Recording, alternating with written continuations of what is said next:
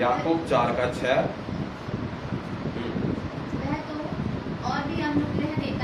वह तो और भी अनुग्रह देता है। इस कारण यह लिखा है परमेश्वर अभिमानियों का विरोध करता है। परमेश्वर किसका विरोध करता है?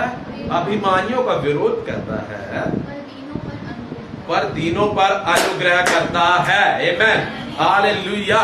इसका मतलब ये है कि नम्रता में सामर्थ है। आमेन। बाजू वाले से कहा नेबर, नम्रता में सामर्थ है, नम्रता में सामर्थ है। Amen, hallelujah. हम नम्रता में सामर्थ को देखते हैं क्योंकि परमेश्वर दीनों पर क्या करता है? अनुग्रह करता है। और अनुग्रह परमेश्वर की सामर्थ है जो आपको पाप से छुड़ाती है। आमेन। और आपको पवित्र निर्दोष करके खड़ा करती है। आमेन। अनुग्रह वही सामर्थ है जो पूरी दुनिया का सबसे बड़ा समस्या थी, जो दुनिया की सबसे बड़ी समस्या थी, उसका सॉल्व है, उसका उत्तर है अनुग्रह। आमेन, हालेलुया। दुनिया में सबसे बड़ी गड़बड़ी क्या थी? दुनिया की सबसे बड़ी प्रॉब्लम क्या थी मालूम है? समस्या पाप। क्या था? पाप। उसी को सॉल्व करने के लिए यीशु मसीह यहाँ पर आया ताकि हमें अनुग्रह दे सके। और अनुग्रह वो सामर्थ है जो पाप के ऊपर हमें विजय को दिलाती है। Amen, hallelujah, praise the Lord. मनुष्यों के द्वारा कहे जाने वाले सकारात्मक शब्द आपके जीवन में प्रभाव नहीं डालते हैं। मनुष्यों के द्वारा कहे जाने वाले सकारात्मक शब्द आपके जीवन पर प्रभाव नहीं डालते। इसको बड़े ध्यान से सुनना, बहुत बड़े स्टेटमेंट को देने जा रहा हूं। मनुष्यों के द्वारा कहे जाने वाले सकारात्मक शब्द आपके जीवन पर प्रभाव नहीं डालते, पर लेकिन मनुष्य के द्वारा कहे गए परमेश्वर के वचन आपके जीवन में प्रभाव को डालते हैं। आमेन, हालेलुया। लोग कितना भी आपके लिए सकारात्मक बोल दे, जब आपकी परिस्थिति बिगड़ी हुई होती है ना, तब लोग सोचते हैं कि हाँ मेरे लिए सब सकारात्मक बोलते रहे, बकवास है। वो सुनते रहो। अन्य जाति भी एक दूसरे को बोलते रहते कि हाँ अच्छा हो जाएगा, एक दिन अच्छा होगा, एक दिन अच्छा होगा। इस आशा में लोग जीते रहते और जो चल रहा है वो चलता ही रहता है और उसमें जीने की आदत डाल लेता है। क्या कर लेता है? उसमें जीने की आदत डाल लेता है उस परिस्थिति में। पर लेकिन आप और हम बुलाए गए हैं ताकि परमेश्वर के वचनों के द्वारा अपनी परिस्थिति को बदल दे। आमेन, हालेलुया, प्रेज़ द लॉर्ड। मनुष्य के द्वारा कहे जाने वाले सकारात्मक शब्द हमारे जीवन में कोई बदलाव को नहीं ला सकते, फर्क को नहीं ला सकते, पर लेकिन मनुष्यों के द्वारा कहा गया परमेश्वर का वचन ही हमारे जीवन में प्रभाव को डालता है। Amen, hallelujah. आपके जीवन में कोई कितना भी अच्छे शब्द को बोलता रहेगा, अच्छा बोलते रहने से कोई अच्छा नहीं हो जाता।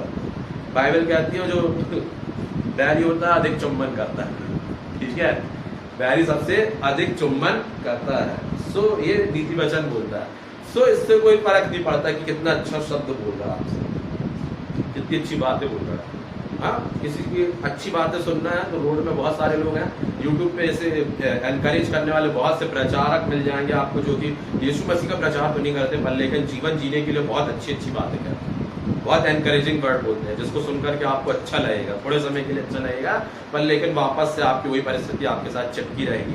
लेकिन मैं आपके ऊपर भविष्यवाणी करना चाहता हूँ, यीशु मसीह नाजरी के नाम से जिन परिस्थितियों में तुम परेशान हो, जहां पर तुम्हें लग रहा है कि अब यहां से सब कुछ खत्म हो गया, वहीं से यीशु मसीह तुम्हारे लिए अब शुरुआत को करने जा रहा है, यीशु मसीह के नाम से। आमेन, हालेलुया।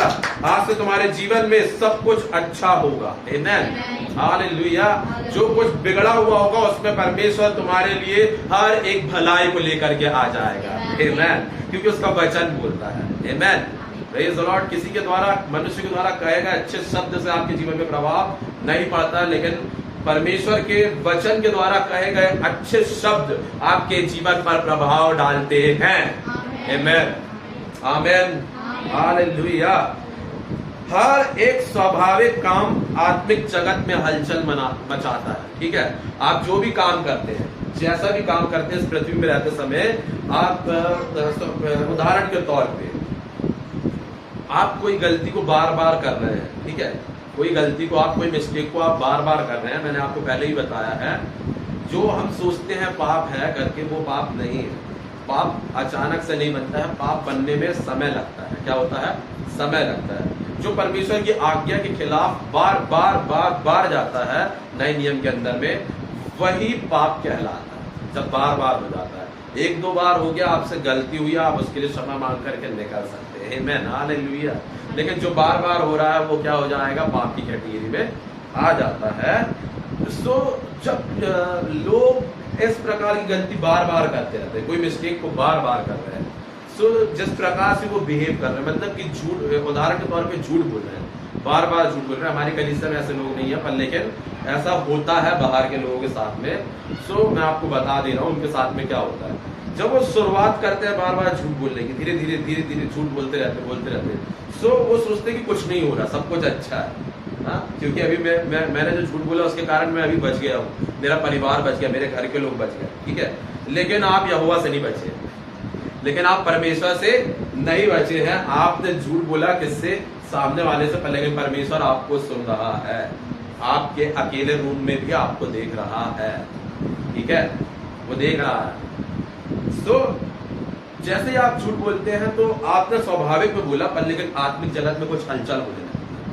क्या होती है, हलचल होती है। वैसे ही जिस प्रकार का आप स्वभाव यहाँ पर पृथ्वी में स्वाभाविक रूप में करते हैं, वो आत्मिक रूप में कुछ प्रोड्यूस करने लगता है, कुछ चीजों को बनाने लगता है, ठीक है, कुछ चीजों को खड़ा करने लगता है, पैदा करने लगता है, कुछ बातों को, कुछ बीज बो दिए जाते हैं, क्योंकि हमारे मुख से निकलने वाले वचन बीज को लाते हैं, आमीन, एक बीज के रूप में काम करते हैं। वो बीज बोते जाते हैं, और एक समय आता है कि एकदम से वो सामने खड़ा हुआ होता है, बड़े पहाड़ के ऐसे समस्या के रूप में बन के आ जाता है, आमीन, hallelujah, hallelujah, praise the Lord. So यदि आपने उसको सही रूप से नहीं पहचाना और सही तरीके से नहीं किया, तो वो आपके जीवन में काम नहीं करेगा, ठीक है। वो आप कितना भी चल जा रहे हो, कितना भी कुछ कर रहे हो, पर लेकिन उस गलती में आप बार बार लिप्त हैं। आपको उससे निकलने की जरूरत है। बाजू वाले से कौन, निकलने की जरूरत है। आपके स्वाभाविक काम आपके भविष्य को निर्धारित करते हैं। बाजू वाले को देख करके बोलो,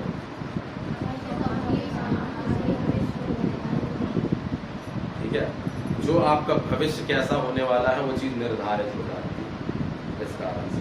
तो आपको समझने की जरूरत है, क्योंकि आप अच्छे, जो देखो सिर्फ बुराई की बात नहीं है यहाँ पर, जो आप अच्छे काम भी करते हैं, आप यहाँ पर किसी गरीब जो भूखा है उसको आप खाना खिला रहे हैं ना, सो वो आपने बीज बो दिया। आत्मिक जगत में एक हलचल पैदा होती है और स्वर्गदूत खड़े हो जाते हैं, वाह यार, बोले इसने यीशु मसीह को खाना खिलाया, आमीन, हालेलुया। क्योंकि परमेश्वर का वचन कहता है, जब मैं भूखा था तुमने मुझे खाने को रोटी दी, आमीन, जब मैं नंगा था तुमने मुझे पहनने के लिए कपड़े दिए, आमीन, ये परमेश्वर का वचन बोलता है। सो हमें उन्हीं चीजों को करना है जो परमेश्वर का वचन बोलता है, आमीन, हालेलुया। सो नम्रता हमारे जीवन में क्लियरिटी को लाती है, सफाई को लाती है। क्या करती है, सफाई लाती है, सब चीजों को साफ करके रख देती है। नम्रता का मतलब हम जो सोचते हैं, आज तक आपके एक्स पास्टर ने आपको सिखाया होगा, नम्र होने का मतलब है कि बहुत ज्यादा दीन हो जाओ, बहुत ज्यादा अपने आप को गरीब दिखाओ, इस प्रकार से सिखाया होगा। ये नहीं है, ये नहीं है, वो नम्रता नहीं है कि आप फटे हुए मोजे पहने बहुत गरीब के जैसे देखे, वो नहीं है नम्रता। नम्रता का मतलब ये है कि आप परमेश्वर की सुने और परमेश्वर की करें, नम्र उसे कहा जाता है। नम्र होने का मतलब ये है सुनना और करना। घमंडी का मतलब ये है, लोग सोचते हैं घमंडी का मतलब अरे वैसा अकड़ के चल रहा, घमंडी नहीं, उसकी अकड़न है, घमंड नहीं है। घमंड का मतलब ये होता है कि कोई उसे कुछ बता रहा है कि सुन, तू जो करने जा रहा है वो गलत है, उसको तू ऐसे करेगा तो सही होगा, और वो नहीं सुनता उसको। जब उसको नहीं सुनता है और अपने तरीके से करता है, वही घमंड कहलाता है, आमीन। ये डेफिनेशन है नम्रता और घमंड की। नम्रता परमेश्वर के वचनों को सुनना और करना है। घमंड जो बिल्कुल नहीं सुनना चाहता, अपने मन की करना चाहता, मुझे मालूम है, आई नो बेटर देन, मुझे बहुत अच्छे से मालूम है, वो घमंडी है। ऐसा व्यक्ति घमंडी है। भले ही आपसे कितने अच्छे से भी बात कर रहा हो, पर लेकिन उसके बाद में आपकी बात को नहीं सुनता है, तो इसका मतलब वो घमंडी है, आमीन, हालेलुया। इसका मतलब वो घमंडी है। और बाइबल कहती है कि घमंडियों का क्या हो रहा है वहां पर, वह तो और भी अनुग्रह देता है।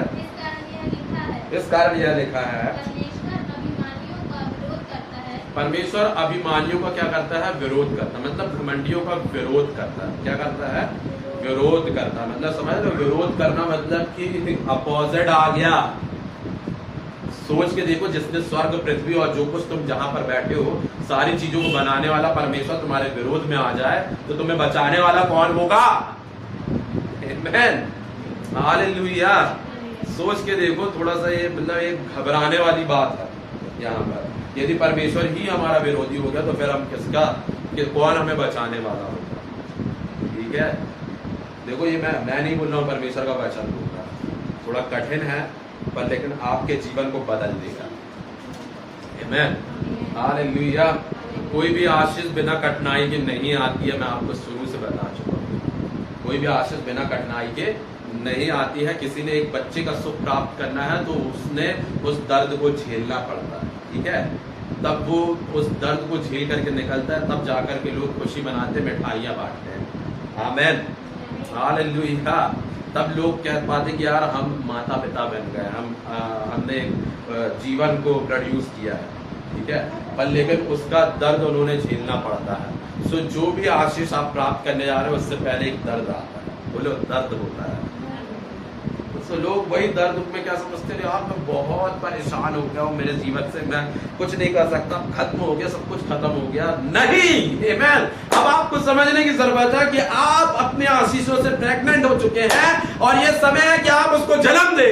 आमीन, हालेलुया। और ज्यादा पेन होगा ना, ज्यादा दर्द होगा ना, तो समझ जाना कि अब सही समय है कि मैं मेरी आशीष को बाहर निकाल रहा हूँ। आमीन, वो जन्म दे रहा हूँ। आमीन, हालेलुया, प्रेज द लॉर्ड। बिना दर्द के कोई आशीष नहीं। बाजू वाले से कहो, बिना दर्द के कोई आशीष नहीं।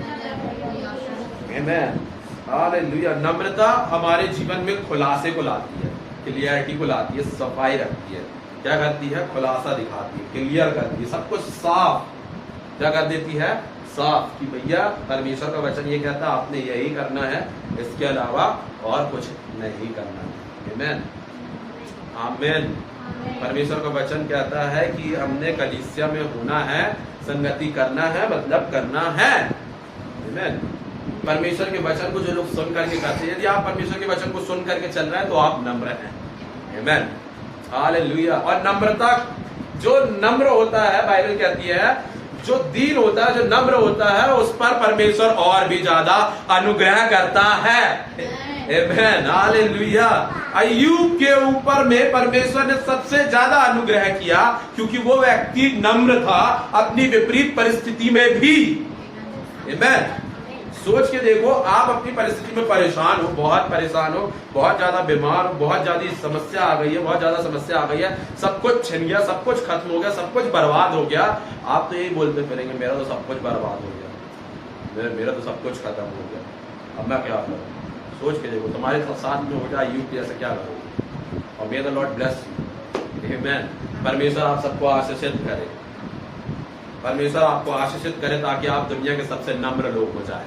आमीन, परमेश्वर की सुनने वाले हो जाए। आमीन। सो अय्यूब जब अपनी विपरीत परिस्थितियों में था तब भी वो यहोवा परमेश्वर को सुन पा रहा था। यही नम्रता है। आमीन। परमेश्वर उनसे बातें करता है जो उसकी सुन करके चलते हैं।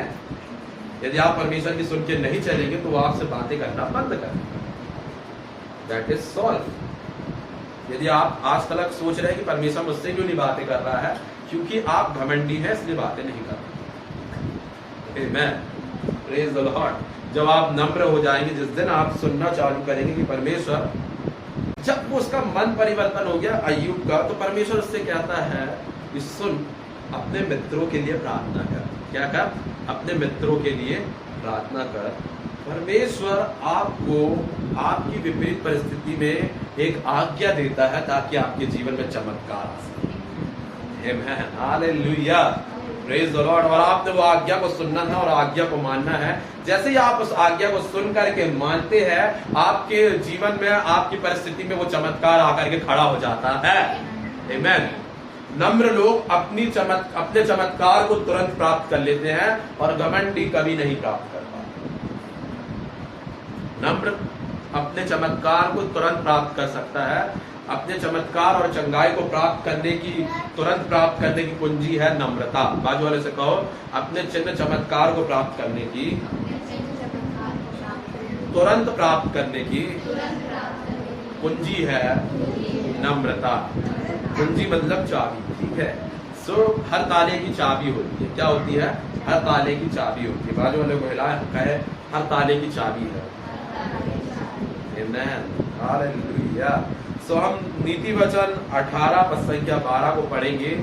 नम्रता सफाई को लेकर के आती है हमारे जीवन में, क्लियर की सब कुछ खोल करके रख देती है कि भाई साहब आपने परमेश्वर के वचन को उसके अनुसार करना है, उसको सुन करके करना है, उसके खिलाफ में मत करिए। पढ़ेंगे नीति वचन 18 का 12। नाश होने से पहले मनुष्य के कहाँ पे थोड़ा जोर से पढ़ रहे हैं। नाश होने से पहले मनुष्य के मन में घमंड, नाश होने से पहले मनुष्य के मन में घमंड, और महिमा पाने से पहले नम्रता होती है। और महिमा पाने से पहले क्या आती है? नम्रता आती है। बाजू वाले से कहो कि मेरे जीवन में नम्रता आ रही है।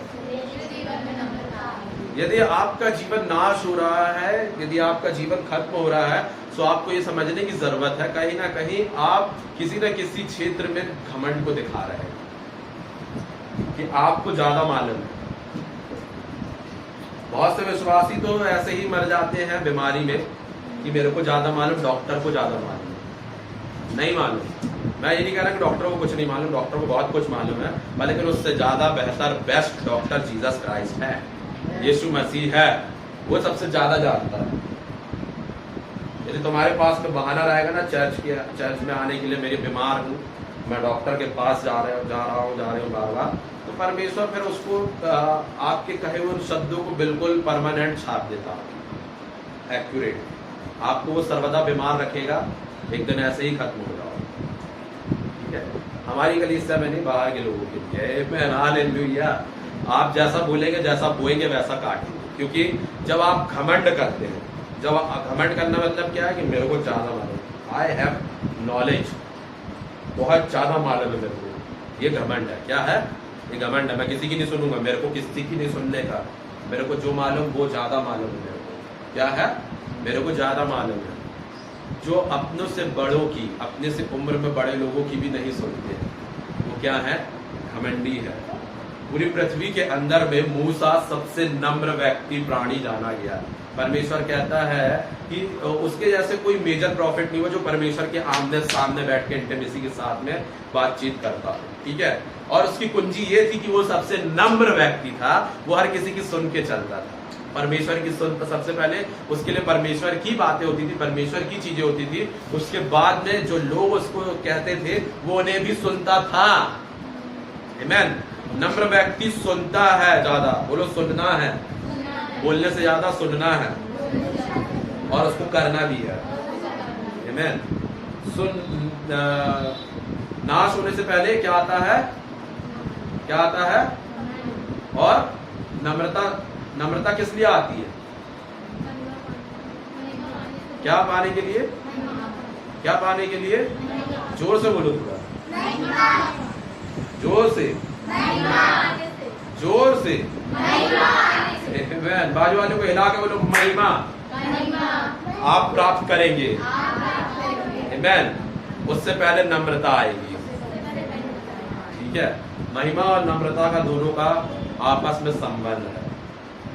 घमंड और विनाश का आपस में संबंध है।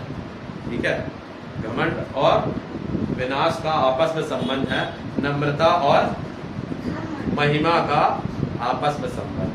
जब आप नम्रता में चलेंगे, मतलब परमेश्वर के वचन को सुन करके चलेंगे और नम्र होंगे, तब आपके जीवन में क्या आएगी? महिमा। आमीन। परमेश्वर की महिमा क्या है? उसका प्रतिरूप है। क्या है? प्रतिरूप। मतलब कि आप परमेश्वर के समान दिखने लगेंगे। आप परमेश्वर नहीं बनेंगे, इसको समझ लीजिए, मैं आपको बता दे रहा हूँ, क्लियर कर दे रहा हूँ। आप परमेश्वर नहीं देखेंगे, बल्कि परमेश्वर के समान हो जाएंगे, परमेश्वर के समान दिखने लग जाएंगे। आप परमेश्वर की तरह बनाए गए हैं, लेकिन उसके समान उसकी ग्लोरी में, उसकी चमक में बढ़ जाएंगे। आमेन, हालेलुया। और आपकी आंखों पर चमक होगी। हालेलुया। आपकी आंखों पर चमक क्यों नहीं है मालूम है? क्योंकि आप प्रार्थनाएं करने वाले लोग नहीं हैं, आप नम्र लोग नहीं हैं, उसकी सुन करके नहीं चलते। जिस दिन आप उसको सुन करके चलने लग जाएंगे, उसकी मानने लग जाएंगे, आपकी आंखों में चमक दिखेगी, एक अलग चमक होगी, क्योंकि वो परमेश्वर की महिमा है। क्या है? परमेश्वर की महिमा। जितनी आंखें चमकेगी उतनी परमेश्वर की महिमा है। Amen, hallelujah. आप देख सकते हैं, वैसे ही ये तीन चीज भी जिंदगी में जरूरी है, बाइबल पढ़ना, प्रार्थना करना और परमेश्वर के साथ समय व्यतीत करना। ये तीनों चीज जरूरी है। एक हफ्ता नहीं सुनोगे ना कुछ चीज, 2 हफ्ता सुनाई नहीं देगा, 3 हफ्ता सुनाई नहीं देगा, 4थे हफ्ते तो सुनाने आएगा ना परमेश्वर का आत्मा कुछ ना कुछ। बोलेगा अरे बाप रे, तो टाइम पे आकर के बैठ ही जाता है सुनने के लिए, मुझे तो चलना ही पड़ेगा। क्या करना पड़ेगा? जाना ही पड़ेगा उसे सुनाने के लिए कि क्या करना है। सो ये कुंजी है आपके जीवन की उन्नति की। हम विश्वासी सबसे बड़ी समस्या प्रार्थनाओं में इसलिए परेशान रहते हैं क्योंकि हम आशीष को मांग रहे होते हैं। क्या होते हैं? कि परमेश्वर मुझे आशीषित कर दे, bless me Lord, bless me here, bless me there, मुझे यहाँ पे आशीषित कर, मुझे वहां पर आशीषित कर। बेवकूफ, परमेश्वर का वचन कहता है कि तू आशीषित है, ऑलरेडी आशीषित है, बहुत आशीषित है। ठीक है? आशीष के विषय में जैसा तुम सोचते हो कि आज मुझे एक छोटी सी पिन मिली है तो ये छोटी आशीष है, जिस दिन बड़ा प्लेन मिलेगा उस दिन बड़ी आशीष होगी। आशीष बड़ी और छोटी नहीं होती। बाइबल में ढूंढ के बताओ कहाँ लिखी बड़ी आशीष, छोटी आशीष। आशीष आशीष होती है, उन्नति बढ़ती है। हमेशा याद रखें, उन्नति बढ़ोतरी का काम करती है। आपको और हमें जरूरत है उन्नति की। किसकी जरूरत है? उन्नति की। उस आशीष में उन्नति की जरूरत है। ये आपकी उन्नति दिख रही है कि आज आपने पेन को प्राप्त किया है, कल आप साइकिल को प्राप्त करेंगे, परसों बाइक को प्राप्त करेंगे, नरसों आप कार को प्राप्त करेंगे, उसके बाद अपनी पर्सनल प्लेन को प्राप्त करेंगे। आमीन, हालेलुया। ये उन्नति है। क्या है? उन्नति है। सो अपनी उन्नति के लिए प्रार्थना करो, आशीष के लिए नहीं। Because you are blessed. आप सबसे आशीषित लोग हैं। आमीन। आप दुनिया के सबसे आशीषित लोग हैं। Hallelujah, praise the Lord. आप दुनिया के सबसे आशीषित लोग हैं जो परमेश्वर के पास करीब जाते हैं। उसका वचन ही कहता है कि तुम आशीषित हो। अपने घर में जाते समय, अपने घर से बाहर निकलते समय तुम उन वचनों को रोज बोल सकते हो, पर लेकिन अब उसमें आपको कुछ और चीजों को देखना है। यदि आप उसमें देख नहीं पा रहे हैं, आप आशीषित हैं, आपको उसकी उन्नति के लिए प्रार्थना करना है कि इस आशीष में मैं उन्नति प्राप्त करूं, यीशु मसीह के नाम में। Amen. And may the Lord bless you. परमेश्वर आप सबको आशीषित करे ताकि आप इस पृथ्वी के सबसे उन्नतशील लोग होने पाए। आमेन, हालेलुया, प्रेज द लॉर्ड। सो हम पढ़ेंगे नीति वचन 11:2। नीति वचन 11:2 फटाक से पढ़ देंगे। जब अभिमान होता है तब अपमान भी होता है। आपके जीवन में यदि अपमान आ रहा है तो आपने समझ जाना है कि कहीं ना कहीं अभिमान था, कहीं ना कहीं अभिमान आया था, इसलिए आपका अपमान हो रहा है। आगे, परंतु नम्र लोगों में क्या होती है? बुद्धि होती है। आप जिसे सुनना है वो क्या है? बुद्धि। जिसे हमें सुनना है वो क्या है? बुद्धि। और बुद्धि मैंने आपको बता चुका हूँ, बुद्धि एक पर्सन है, एक व्यक्तित्व है। जिसे हम सोचते हैं वो नहीं है। बुद्धि हम लोग जो सोचते हैं, आपके एक्स पास्टर ने आपको यही समझा पाया होगा, डायरेक्टली नहीं बोला होगा, पर लेकिन वो बता भी नहीं पाया होगा कि क्या है बुद्धि। ठीक है? लोग बुद्धि के वजह में यही सोचते हैं कि अरे मन की कोई बात है। नहीं। सो मन की बात नहीं है बुद्धि। मन की बात नहीं है। बाजू वाले से कहो, मन की बात नहीं है बुद्धि। बुद्धि एक स्वर्गदूत है जिसे आपको सुनना पड़ेगा। ठीक है? नम्र लोगों में बुद्धि होती है। बाजू वाले से कहो, नम्र में बुद्धि होती है। मतलब कि आप और बुद्धि वाला स्वर्गदूत सब एक हो जाएंगे जब आप नम्र हो। आमेन, हालेलुया। और जब बुद्धि आपके साथ में होगी, वो आपको सुनाती जाएगी कि सुन, तुझे अब आगे का डिसीजन इस प्रकार से लेना है, तुझे जो आप अपने भविष्य के लिए इन चीजों को करना है। बुद्धि, परमेश्वर कहता है कि मैंने इस पृथ्वी की नींव बुद्धि ही से डाली है, जो नींव को डालता है उससे अच्छे से मालूम होता है कि इसके ऊपर बिल्डिंग कैसे खड़ी होगी। आमीन, हालेलुया। यदि आप अपने कॉन्ट्रैक्टर को बुद्धि को बदल देंगे, मतलब कि आप बुद्धि की जगह अपने दिमाग को लगाएंगे कि अरे मुझे इस प्रकार से करना है, तब आप फेल होंगे। लेकिन जब आप उसी कॉन्ट्रैक्टर जो बुद्धि है, जिसने पहले से नींव डाल रखी है आपके अंदर में कि आपके भविष्य में क्या क्या बातें होनी हैं, आप जब उसको सुन के चलेंगे, आप कभी निष्फल नहीं होंगे, आप उन्नतशील ही होंगे। आमीन। बुद्धि ने निश्चित रखा है कि आपके आने वाले सालों में आपके साथ में क्या होना है, उसे मालूम है, बेहतर मालूम है कि आपके आने वाले सालों में, आने वाले वर्षों के अंदर में वो आपको क्या चीजें देना चाहता है। वो आने वाले दिनों में आपको दुनिया का सबसे अमीर आदमी बनाना चाहता है, औरत बनाना चाहता है, करोड़पति बनाना चाहता है, अरबपति बनाना चाहता है। वो बुद्धि जानती है। कौन जानता है? बुद्धि जानती है। सो उसको सुनना चालू करे। बात वाले से कहा बुद्धि को सुनना चालू करे। नम्र व्यक्ति में क्या होती है? बुद्धि होती है। पर लेकिन घमंडी में क्या होता है? अपमान। क्या होता है? अपमान। जब किसी व्यक्ति के जीवन में अपमान आ रहा है, अपमान मतलब कि यार बेइज्जती हो गई, इतने अच्छे से मैंने जाकर के सामने बताया, लोगों से कहा मेरे साथ में ऐसा ऐसा होगा और वो हो नहीं पाया। ठीक है, अब वो हो नहीं पा रहा है। लोग मुझे भगा रहे हैं, मुझे पक रहे हैं, मेरी इज्जत नहीं कर रहे हैं। यही अपमान। क्या है? अपमान। लेकिन मैं आपको ब्लेस करता हूँ यीशु मसीह के नाम में, तुम कभी अपमानित नहीं होगे यीशु मसीह के नाम से। आमीन, हालेलुया। तुम्हारे जीवन से हर एक अपमान हटाया जाए यीशु के नाम से। आज से तुम नम्र हो जाओ। हालेलुया।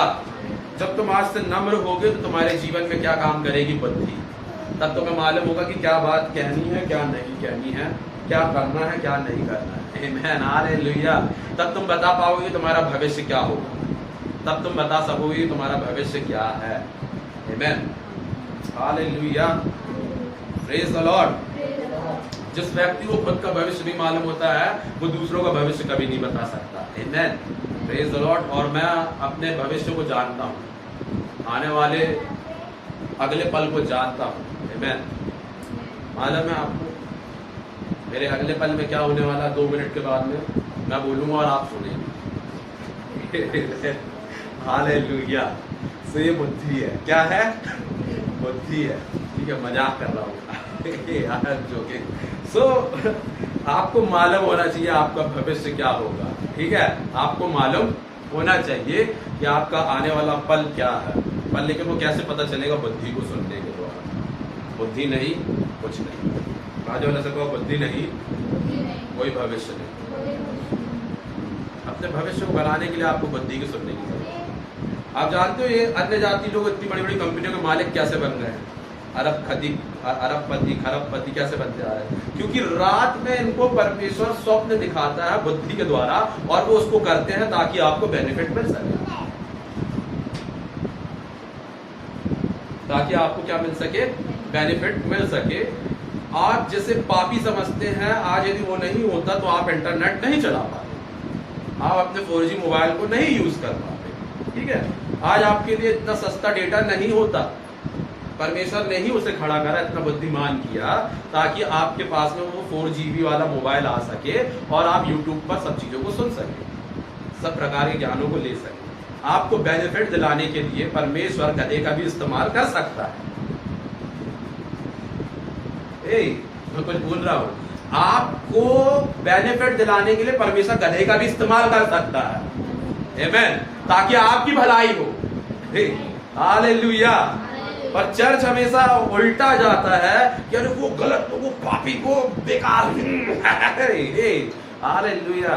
उनके लिए प्रार्थना किया करो कि परमेश्वर और उनसे बातें करे और तुम्हें बेनिफिट मिले। उनके लिए प्रार्थना किया करो कि परमेश्वर उन्हें और बुद्धि दे ताकि वो तुम्हें बेनिफिट दिला सके। आमीन, हालेलुया। Praise the Lord. कौन सी सरकार आएगी, कौन सी सरकार जाएगी, उससे कोई फर्क नहीं पड़ता। राजाओं का चुना जाना यहोवा की ओर से ही होता है। आमीन।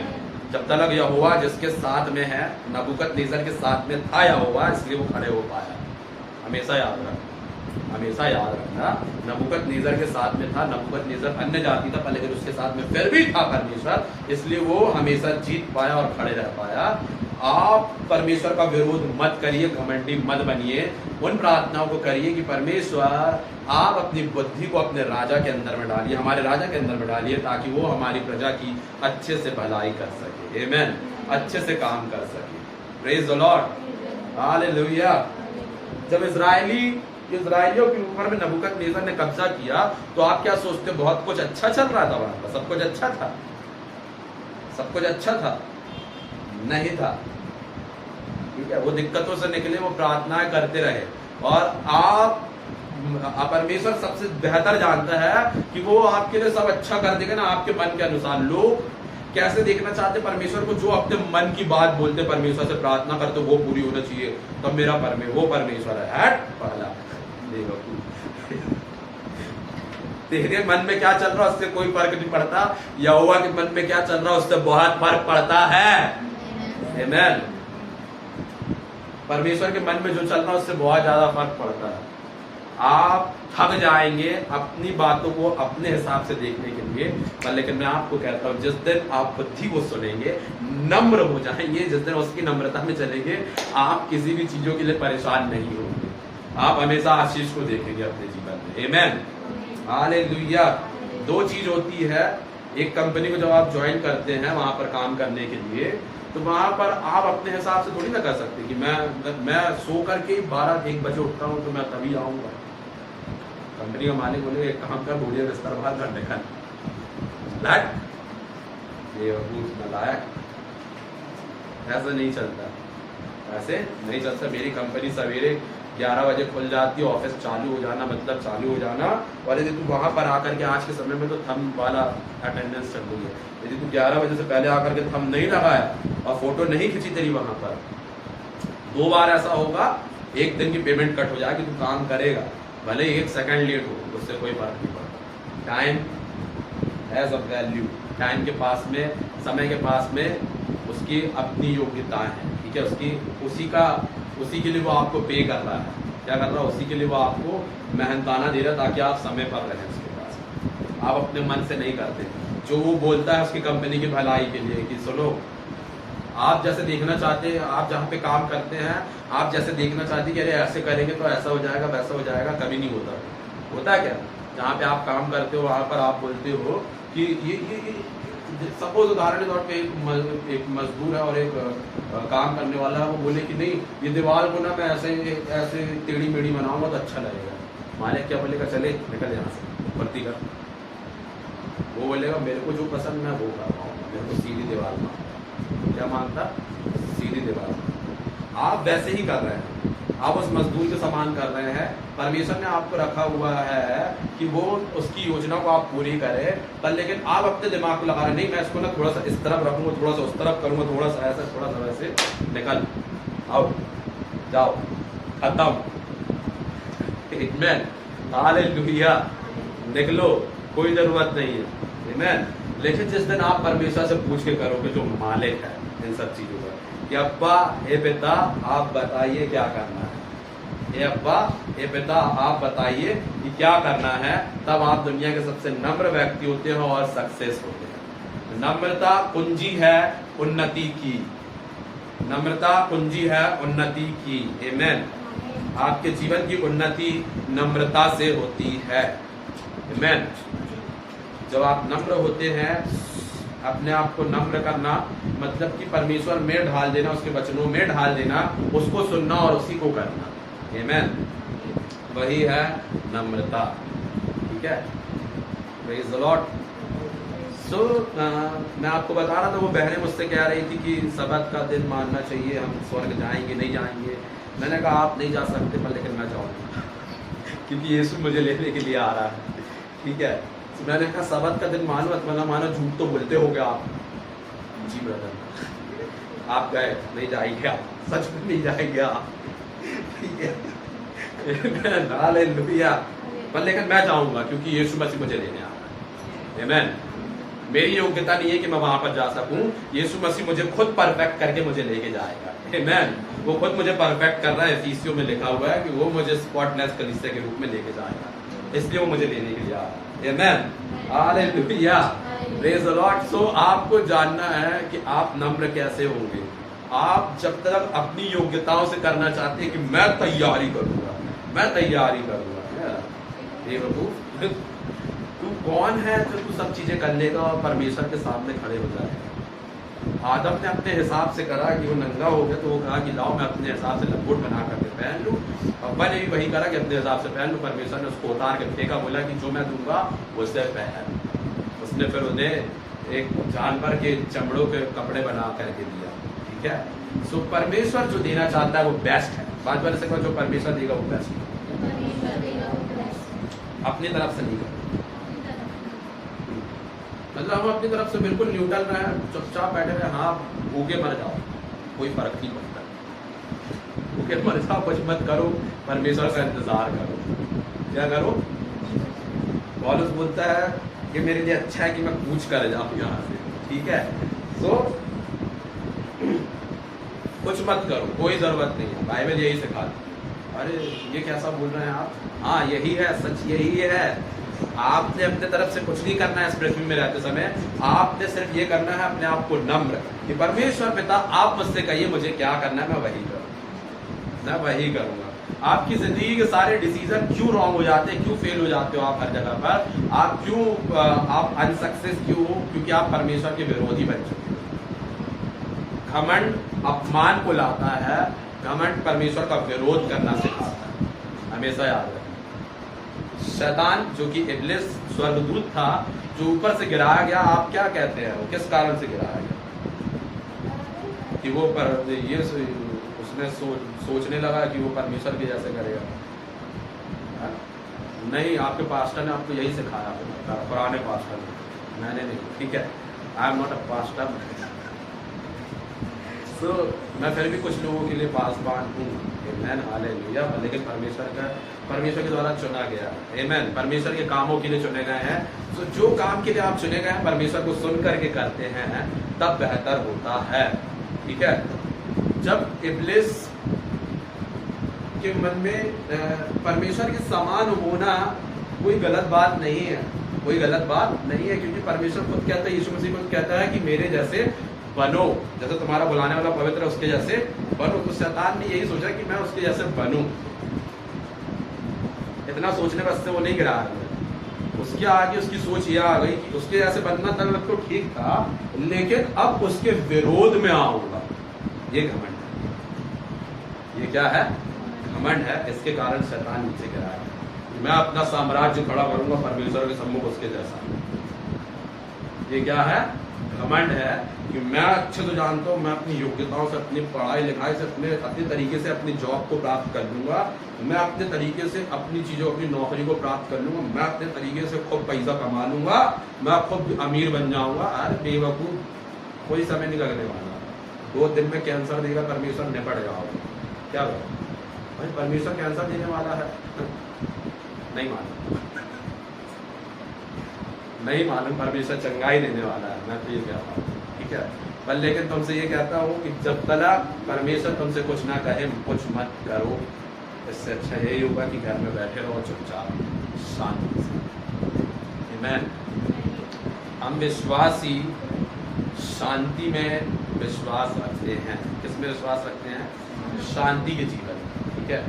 आपके जीवन में यदि शांति नहीं है, हड़बड़ी है, हलचल है, तो आपको समझने की जरूरत है कहीं ना कहीं आप विरोध में हैं, कहीं ना कहीं घमंड में चल रहे हैं। और जो काम करने में, जो चीजें करने में आपको शांति आ रही है, मतलब ये परमेश्वर की योजना आपके जीवन में है। आमीन, हालेलुया। क्योंकि आपके पास में बाकी चीजें करने के लिए, बाकी जगह जाने के लिए आपके पास बहाने नहीं होते, लेकिन परमेश्वर के पास पहुंचने के लिए बहुत बहाने आ जाते हैं। सो वो बहा दिए जाते हैं। हालेलुया। सो आपको याद रखना है, बाजू देखो तो आप याद रखिए, घमंड नहीं करना, नम्र रहना। आप नम्र किए जा रहे हैं। आज थोड़ा कठिन है पर लेकिन बहुत अच्छा है। कठिन चीजें अच्छी होती है। बाजू से कहो कठिनाई अच्छी है। सड़ के मर जाने से कठिन होकर सफल होना अच्छा है। आमीन, हालेलुया। मैं तुमको अच्छे अनुग्रह की बातें बोलते रहूँगा, हालेलुया, तुम बड़े उत्साहित रहोगे, अच्छे रहोगे, सड़ जाओगे एकदम। क्या होगे? सड़ जाओगे। उसके बाद में तुम सड़ने के बाद में क्या होती? सड़ाहट आने के बाद जब एक सेब फल सड़ जाता तो क्या करते हो? उसको काट के खाते हो, चुम्मा देते हो उसको, क्या करते हो? फेंक देते हो। क्यों? क्योंकि अब वो कोई काम का नहीं रहा। सो आपने सड़ाहट में नहीं, आपने परमेश्वर की ताजगी में रहना है। आमीन, हालेलुया, प्रेज द लॉर्ड। एक सेब फल को लंबे समय चलाने के लिए उसको उसकी ताजगी बनाए रखने के लिए उसको कितने फ्रिज के अंदर में कितनी ठंडा दी जाती है वो आपको नहीं मालूम, क्योंकि इतनी ठंडी को झेलता है, तब जाकर के उसकी फ्रेशनेस बनी रहे, तब जाकर के उसकी ताजगी बनी रहे। आमीन, हालेलुया। आपको उतनी देर फ्रिज के अंदर रख दिया जाएगा तो आपका तो खून जम जाएगा, आप खत्म हो जाएंगे। लेकिन वो सेब फल उस चीज को झेलता है। क्या करता है? झेलता है। उसमें वो कठिनाई को लेता है ताकि अपनी ताजगी, तरोताजगी को बना के रखे और किसी के लिए तो वो काम में आए। आमीन, आपकी ताजगी किसी के उपयोग करने के लिए, प्रेज द लॉर्ड, हालेलुया, दूसरों को बेनिफिट दिलाने के लिए होती है आपकी तरोताजगी। आमीन, सबसे पहले वो तरोताजगी आपको बेनिफिट देती है, फिर दूसरों को भी बेनिफिट देती है। बेनिफिट मतलब कि दूसरों को लाभ देना। लाभ, मैं लाभ की बात बोल रहा हूँ, ठीक है? लाभ दिलाना। मैं पहला पतरस 5:6, सिर्फ पुराने नियम में नहीं है ये बातें, नए नियम में भी है। पहला पतरस 5:6, इसलिए परमेश्वर के बलवंत हाथ के नीचे इसलिए परमेश्वर के बलवंत हाथ के नीचे दीनता से रहो, दीनता से रहो, जिससे वह तुम्हें उचित समय पर बढ़ाए। जिससे वह तुम्हें उचित समय पर क्या करेगा? बढ़ाएगा। देखो यहाँ पर दीन लिखा पर, लेकिन इंग्लिश में आया है कि humble yourself under the gods hand. परमेश्वर के बलवंत हाथ के नीचे नम्र बनो, मतलब कि परमेश्वर की सुन करके चलो और ये तुम्हें क्या करेगा? उचित समय पर, उचित समय पर क्या करेगा? ये तुम्हें बढ़ाएगा। बाजू वाले से कहो, आपकी बढ़ोतरी परमेश्वर के बलवंत हाथ के नीचे है। आमीन, हालेलुया। और परमेश्वर आप सबों को आशीषित करे ताकि आप उसके बलवंत हाथ के नीचे रहे और बढ़ोतरी को प्राप्त करें, अपनी उन्नति को देखने पाए यीशु के नाम से। आमीन, हालेलुया। सो नम्रता से क्या आती है? उन्नति आती। बाजू वाले से हाथ मिलाए, नम्रता से उन्नति आती है। उसको बोले पड़ोसी, पड़ोसी, नम्रता से बढ़ोतरी आती है। आमीन, और आपके जीवन में उसे देख करके बोलो, बाजू वाले को देख करके बोलो, मैं देख रहा हूँ, मैं देख रहा हूँ। ऊंची आवाज करके बोलो थोड़ा, कि आपके जीवन में बढ़ोतरी आ रही है।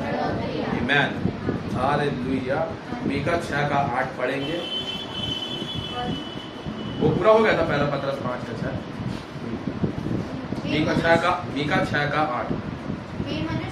हे मनुष्य, वह तुझे बता चुके हैं, वह तुझे बता चुके हैं कि अच्छा क्या है, कि अच्छा क्या है, और यहोवा तुझसे इससे छोड़ और क्या चाहता है। यहोवा तुझे इससे छोड़ और क्या चाहता है। ठीक है, जो अच्छा है परमेश्वर यहोवा हमसे वही चाहता है, यही नम्रता है। जो परमेश्वर की चाहत हो उसे पूरी करना ही नम्रता है। बाजार से कहो, परमेश्वर की चाहत को पूरी करना, उसकी इच्छा को पूरी करना, यही नम्रता है। अब क्या मेरी फीलिंग्स का कुछ नहीं, कुछ नहीं, बकवास है।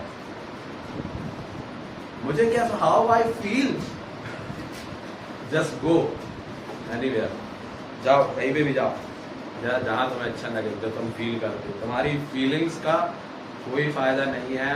जो परमेश्वर की चाहत है वो आप पूरी करने में लग जाएंगे, तब आपके जीवन में हर चीजें होंगी। नया व्यक्ति, नया विश्वासी क्यों भैया जल्दी चंगा हो जाता है? क्योंकि वो नम्र होता है परमेश्वर के वचन पर। परमेश्वर का वचन कहता है कि यीशु मसीह का नाम पुकारने से तुम उद्धार को प्राप्त करोगे। वो नम्र होता है और वचन को पुकारता है और कहता है यीशु मसीह ही प्रभु है, इसलिए वो चंगा हो जाता है क्योंकि वो नम्र हुआ। और आप घमंडी हो जाते हैं परमेश्वर के वचन के खिलाफ में। जब आपके जीवन में विपरीत परिस्थितियां चल रही होती है तब आप परमेश्वर के वचन को नहीं, अपनी परिस्थिति को दोहरा रहे होते। तुमको मालूम है मुझे कैसा फील हो रहा है, तुमको ना पता है मैं कैसा मुझे कैसा लग रहा है ऐसी परिस्थिति में, ऐसे बाप रे तुमको तो मालूम है ना। अरे पगला बेवकूफ, नहीं मालूम मेरे को, तू जो फील कर रहा है तेरे पास रख, अपनी जेब में डाल उसको और जो वचन कहता है उस पर चलना चालू कर परमेश्वर को। आमीन। नम्रता कुंजी है बढ़ोतरी की, परमेश्वर की चाहत को पूरी करना ही नम्रता है। आमीन। परमेश्वर की इच्छा को पूरी करना ही नम्रता है। आमीन। हालेलुया। आपको मैं एक सच्चाई और शॉकिंग न्यूज दे दूं, आपका जीवन कलीसिया को बढ़ाने के लिए, आपका जीवन परमेश्वर की चाहत को पूरी करने के लिए है। क्योंकि परमेश्वर चाहता है कि जगत के हर एक कोने में हर एक चीजें जो बनाई गई उन सबको ये सुनाया जाए कि यीशु मसीह उनके लिए मारा गया, गाड़ा गया और जलाया गया है। यीशु मसीह प्रभु है, वो मनुष्य बनकर के इस पृथ्वी पर आया है। आमीन। Hallelujah, hallelujah. आपका जीवन इसलिए, हर एक विश्वासी का जीवन इसलिए कि आप कलीसिया की देह की, परमेश्वर यीशु मसीह की देह की उन्नति के कारण बने। आमीन। जिस दिन आप उस काम में लग जाते हैं आप दुनिया के सबसे उन्नतशील आदमी बन जाते हैं, उन्नतशील स्त्री और पुरुष बन जाते हैं। आमीन। हालेलुया। ये काम इस प्रकार का नहीं है, ये काम आप सोचेंगे कि ये फकीर बना देगा। मैं आपको बता देना चाहता हूँ, यह काम आपको जीवन का सबसे उत्तम और बेहतर काम है। उस यहोवा परमेश्वर का काम है जिसने स्वर्ग और पृथ्वी बनाई है। जब आप उसके काम को करते हैं, उसकी सुन करके, तब आप बेहतर काम में हैं। आमीन। हालेलुया। लोगों की सोच है, आप यदि कोई डिनोमिनेशनल चर्च से होंगे तो आप लोग जानते हैं कि लोगों की सोच होती पास्टर बन गया, अरे मतलब नकारा हुआ था, है बेवकूफ। आमीन। जब यहाँ कुछ विश्वासियों के यहाँ पर ऐसा होता है, वो लोग देखते हैं कि उनके बच्चे अच्छे नहीं हो रहे ना, बेकार हो गया, बिगड़ गया, पढ़ते लिखते नहीं बनता, तो वो लोग उठा करके बोलते हैं चलो इसको पास्टर बना। कोई डिनोमिनेशन से, कुछ डिनोमिनेशंस की बात कर रहा हूँ, जो लोग जानते होंगे उस विषय में वो लोग हंस रहे होंगे इस वक्त। हालेलुया। पर लेकिन हमारे यहाँ ऐसा नहीं है। परमेश्वर चाहता है दानियल के समान बुद्धिमानों को, आमीन, जो सबसे ज्यादा ग्रेजुएट हो, जो सबसे ज्यादा पढ़े लिखे हो, उन लोगों को परमेश्वर ऊंचाइयों पर लेकर के जाता है। आमीन। हालेलुया। बेवकूफों को नहीं मानता परमेश्वर, पर लेकिन हाँ बेवकूफों को भी वो उसमें सामर्थ है ताकि वो उनको भी उनके द्वारा ज्ञानवानों को लज्जित कर सके। आमीन। हालेलुया। Praise the Lord. पर लेकिन ये सोच नहीं है कि अरे बेवकूफ है तो उसको परमेश्वर के राज में भेजो, नहीं। आप ऐसा सोच के मत करिए, आप ये सोच करके करिए कि ये परमेश्वर का जन होगा, परमेश्वर का दास होगा। आमीन। हालेलुया। सो बुद्धिमान बने, बाजू वाले से कहा बुद्धिमान, बुद्धिमान। आमीन।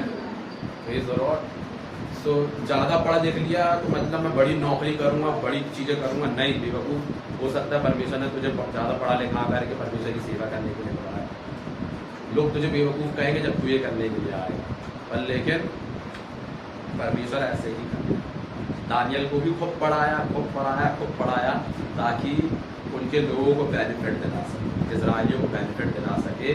आपके जीवन की समस्या के दौर में भी परमेश्वर किसी ऐसे व्यक्ति को खड़ा करता है जो आपको बेनिफिट दिला, वो अपनी योजना में खड़े करके रखता है उन लोगों को जो आपको लाभ दिला सके उन विपरीत परिस्थितियों में भी।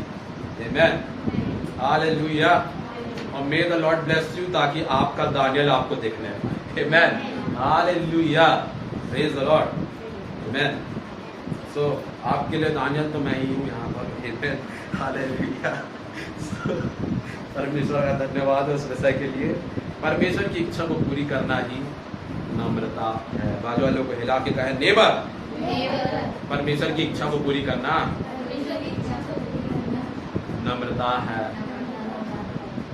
हम पढ़ेंगे याकूब 4:10 और उसके बाद नीति वचन 22:4 खोल कर रखेंगे। नीति वचन 4:10 नहीं, याकूब 4:10 याकूब 4:10 और नीति वचन 22:4। प्रभु के प्रभु के सामने दीन बनो, तो वो तुम्हें क्या करेगा? क्या बनाएगा? क्या बनाएगा? शिरोमणि मतलब कि क्या होता है कि सबसे स्पेशल, सब चीजों के ऊपर में प्रधान के रूप में, ठीक है, मतलब ऊंचे पदों पर लेकर के जाएगा। Amen, hallelujah, praise the Lord, आमेन।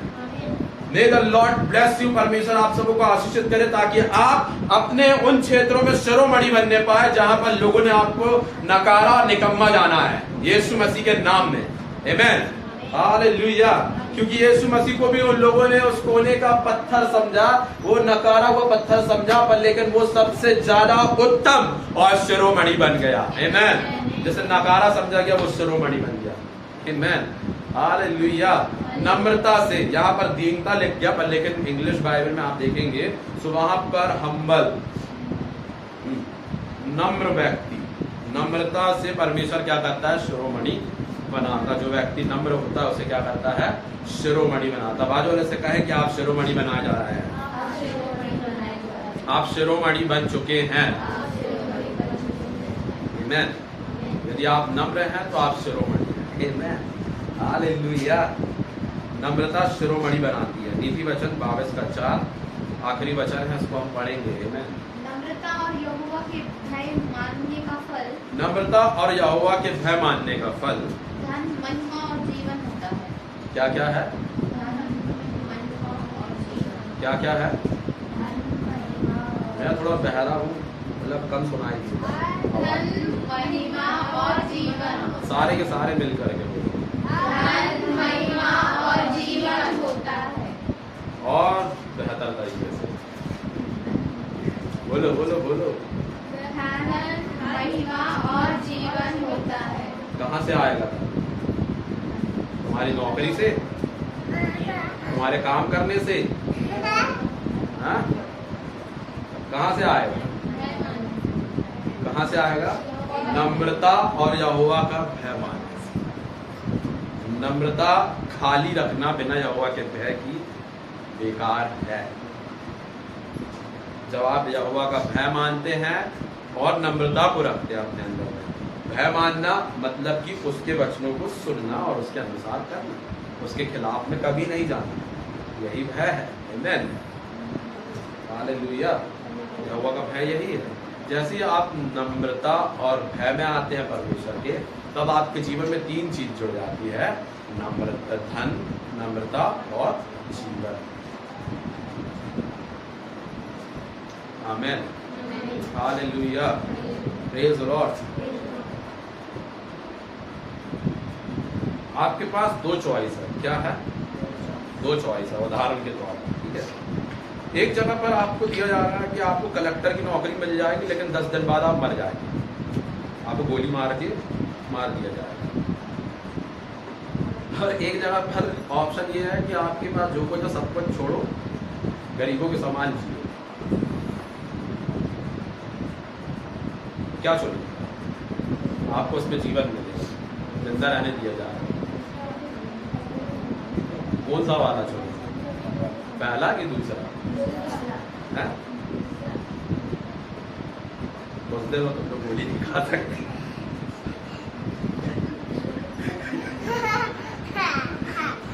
कम से कम 10 दिन तो अच्छा जीवन जी लेते। हालेलुया, आमेन। नीति वचन कहता है, दुख के साथ आए हुए धन से अच्छा यह है कि दुख के साथ रोटी खाना अच्छा है अमीर होने से, ठीक है। ज्यादा धनवान होने से अच्छा दुख के साथ रोटी खाना उत्तम है, ठीक है। निर्धन रहना उत्तम है। कोई बात नहीं, आज आपके पास में उतना कुछ नहीं है, पर लेकिन आप जब नम्र हैं, परमेश्वर का वचन कहता है उसके भय में आने के बाद में, नम्रता और भय में आने के बाद में धन, महिमा और जीवन तीनों आएगा, आमेन, हालेलुया। ये आपके ऊपर सोचने की जरूरत नहीं है कि कैसे आएगा, ये परमेश्वर लाएगा, ये परमेश्वर का काम है। आपका काम ये है नम्र और परमेश्वर का भय, नम्रता को रखना और परमेश्वर का भय को रखना, आमेन, हालेलुया। बहुत से लोग प्रार्थना करते रहेंगे, प्रभु मुझे कुछ दे दे, 10 करोड़ दे दे। जरूरत है क्या तेरे को 10 करोड़? क्या करेंगे? लालची, रोज आइसक्रीम खाएगा, खा खा के मर जाएगा, यही करेगा और कुछ नहीं करेगा। बस तो इसलिए मांग रहा है ताकि तेरी जरूरत से ज्यादा चीजें, तेरी लालसाएं पूरी हो सके। परमेश्वर तुम्हारी लालसाओं, तुम्हारी इच्छाओं को नहीं, तुम्हारी जरूरतों को सुनता है। हमेशा याद रखो, परमेश्वर हमारी जरूरतों को पूरी करता है, हमारी इच्छाओं को नहीं। हमेशा याद रखना, क्या बोल रहा हूं मैं? परमेश्वर हमारी जरूरतों को पूरी करता है, इच्छाओं को नहीं। ठीक है, एक समय आता है कि वो चीज भी आ जाती है हमारे पास जो हम इच्छा करते थे, क्योंकि वो अंत में होगा। कहाँ होगा? अंत में। परमेश्वर पहले अपनी योजना को पूरी कराता है, उसके बाद कहता है कि मैं अंत में तेरी आशा को पूरी करूंगा। हालेलुया। तो जो आप बनना चाहते हैं वो आपको अंत में बना दिया जाएगा। दानियल चाहता था कि इज़राइल फिर से उसका मंदिर फिर से बने, फिर से उसकी शहरपना बने, सो वो अंत में बनाई गई। हालेलुया। लेकिन उससे पहले परमेश्वर की योजना ये थी कि दानियल तू नबूकदनेस्सर के सामने जाएगा और वहां की 4 पीढ़ियों के सामने रहेगा और मेरे नाम को उनके सामने ऊंचाएगा। शद्रक, मेशक, अबेदनगो के साथ मिलकर के मेरी महिमा को प्रकट करेगा। धन, महिमा और जीवन यहोवा के भय मानने से और नम्रता रखने से आता है। आमीन, हालेलुया। ये आपके सोच विचार से नहीं आता कि मैं बड़ी नौकरी प्राप्त कर लूँगा, मैं ये कर लूँगा, वो कर लूँगा। नाश हो जाएगा। क्या हो जाएगा? आप अपने तरफ से सोचते रहोगे तो सब चीज़ नाश हो जाएगी। जिस दिन यहोवा की सुन के करोगे उस दिन सब कुछ बेहतर होगा, उस दिन सब कुछ बेहतर होगा।